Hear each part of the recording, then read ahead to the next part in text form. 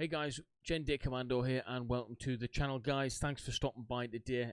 Today we have the 14th episode of Stridspilot, okay, the Swedish Air Force documentary that we've been reacting to, so we'll waste no time on this one guys, alright? We'll get straight to the formalities. Make sure you like, share and subscribe, and members, thank you guys for supporting the channel. I really do appreciate you guys sponsoring me to make videos, so if you want to be a member, I'll not beat about the bush. You just press the join button and yeah, you can support the channel that way guys. Thank you to all the members, and all of the social media is in the description for you to click on if you want to check out guys. But I hope you enjoy this one. Smash that like button, yeah, if you do appreciate me doing this content, and we'll just get into this reaction, troops. Peace.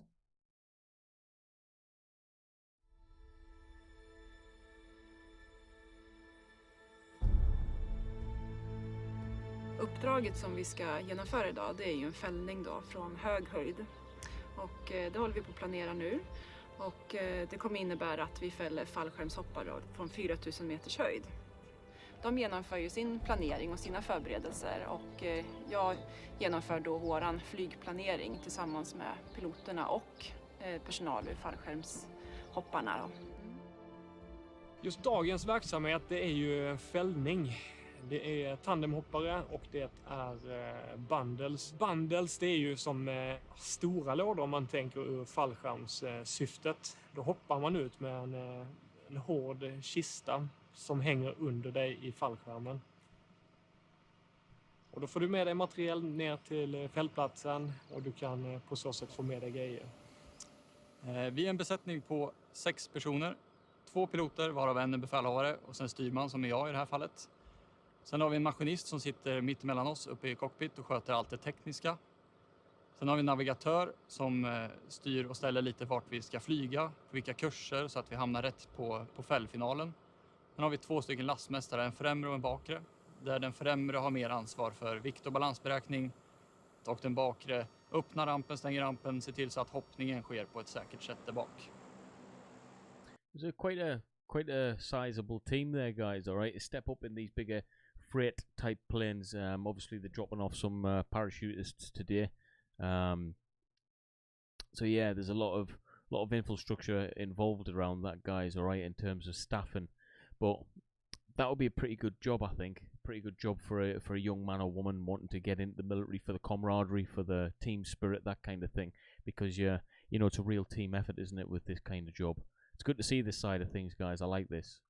Flygplanet kom ju början på 50-talet till US Air Force, och då hade man ju redan på 40-talet börjat designa det utifrån de krav som egentligen fanns i andra världskriget. Man måste flytta stora mängder last då, på ramp, köra ombord fordon. Sen under Vietnamkriget så utvecklade man ju den här plattformen och insåg att det här är ett riktigt bra flygplan. Och efter det har ju fullkomligt variationen av den exploderat. Det finns 30 olika varianter på Hercules, men de ser i grunden likadan ut. Och det som är unikt med den här, det är ju att den kan landa på korta fält med mycket last, och den är väldigt robust. Så designen har ju i grunden inte ändrat sig sedan 40-talet. Ett väldigt mångsidigt flygplan. Wow, 80 years, it's barely changed a bit. Obviously the technology that's within it, the computer-based systems, will have drastically changed, but you know, the sheer mechanics of that that aircraft won't have. All right, like you said, has barely changed since the 1940s, which is incredible when you think about the engineering of that day. It was really up to scratch, guys. Granted, the computer technology wasn't there, but you know, the raw engineering, it was great, guys. I mean, you look at some of the weapon systems that we were using in the British military, for instance, the general purpose machine gun. You know, this thing's ancient, but it's barely changed, all right, bar a few things in 50 years. It's a fantastic weapon system, just like that's a fantastic plane by the looks of it. Power. Battery. Okay, number 4. Okay. Albert. Time 4. Okay.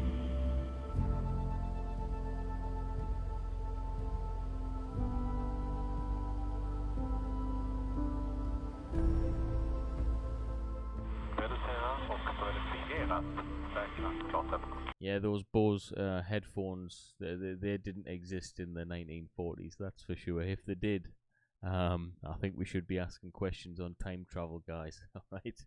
Och 01 så ligger vi 5 mile söder om Stockholm ungefär. Jajamän, vi ska i kost på 3 månader. Yes, 1,5 minuter kvar.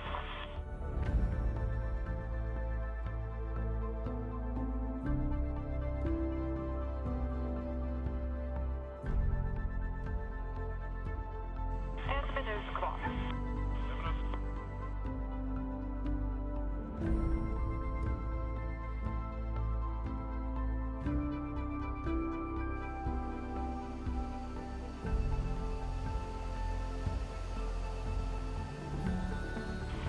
Åtta, 6, 4, 2, framme.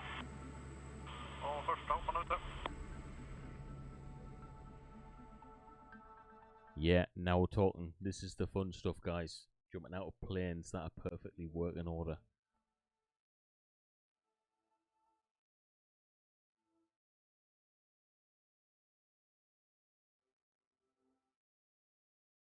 Awesome.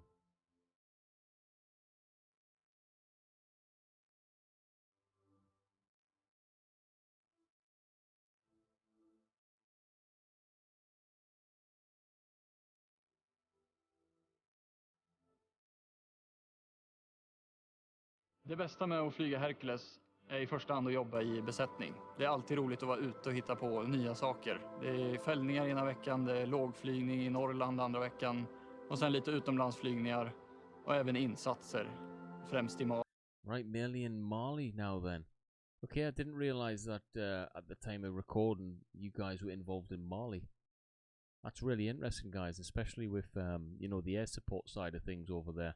Is it more of a humanitarian thing, or is it well, it probably is, isn't it? You know, Sweden, Finland, those areas tend to do quite a bit of humanitarian slash what's the word I'm looking for, peacekeeping type of stuff. All right, guys, it's they're quite renowned for that as well, you know, keeping stabilization in areas. And what better people to do it than the Swedes, to be fair. You know, they're quite good at it. I think it's the temperament of the people there. Look at that. Yeah, here we go. There's the IKEA badge right there. Oh, there's the IKEA badge, guys.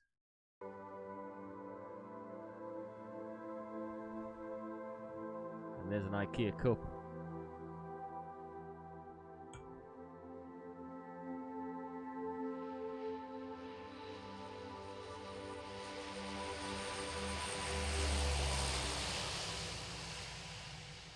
Short and sweet. Let's have a chat.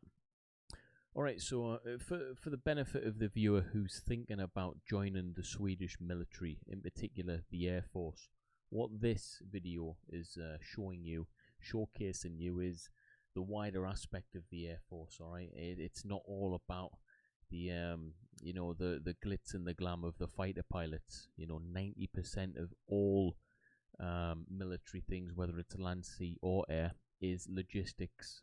It's a simple fact. All right. Now logistics get a lot of stick, guys, but without logistics, nothing works. Nothing runs smooth. No one gets fed. No one gets watered.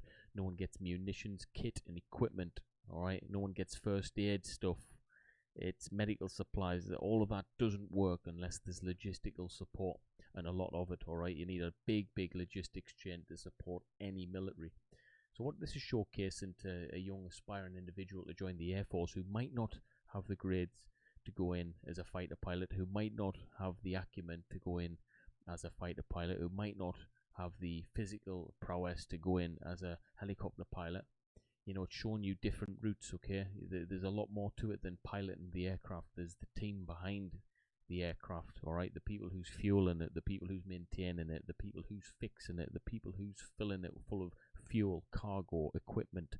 You know, there's loads and loads of different things, troops, to keep your mind occupied on and to earn a wage from and to do an honourable job for your country. So hopefully those who you know, I'm speaking to those who, you know, can't be fighter pilots. Basically, if you still want to join the Air Force, then this is a fantastic route. Okay, there's nothing wrong with that. And let's remember, most of these jobs are filled by regular people, alright, doing extraordinary jobs. That's how I like to look at the military. Alright, normal people doing extraordinary jobs. So yeah, if you want to do that kind of stuff, get your application in, guys. Hey, I should be a recruiter for Swedish military, shouldn't I? You know, but yeah, short and sweet this one, guys. Episode 14. I believe the next episode is 15.5 or something like that. 15.5. There's a couple of short ones involved, but we'll post them, guys, anyway as a separate video, just so we can get the playlist nice and done and complete. Okay, but yeah, make sure to like, share, and subscribe. Check out the social media platforms below, or what I'm attained to. So Discord, Twitch, Twitter. My merchandise is there below, guys. If you want to buy something off there, you can support the channel. So I'd really appreciate that. We've got Instagram and TikTok, guys. We've got my other channels, Dit Podcast and Dit Gaming. Go check it out. I've got some great ideas for that. And members, as always, thank you guys for supporting the channel. If you want to become a member, press the join button, troops. But other than that, you have a nice day, and I'll see you in the next one. Peace out, troops.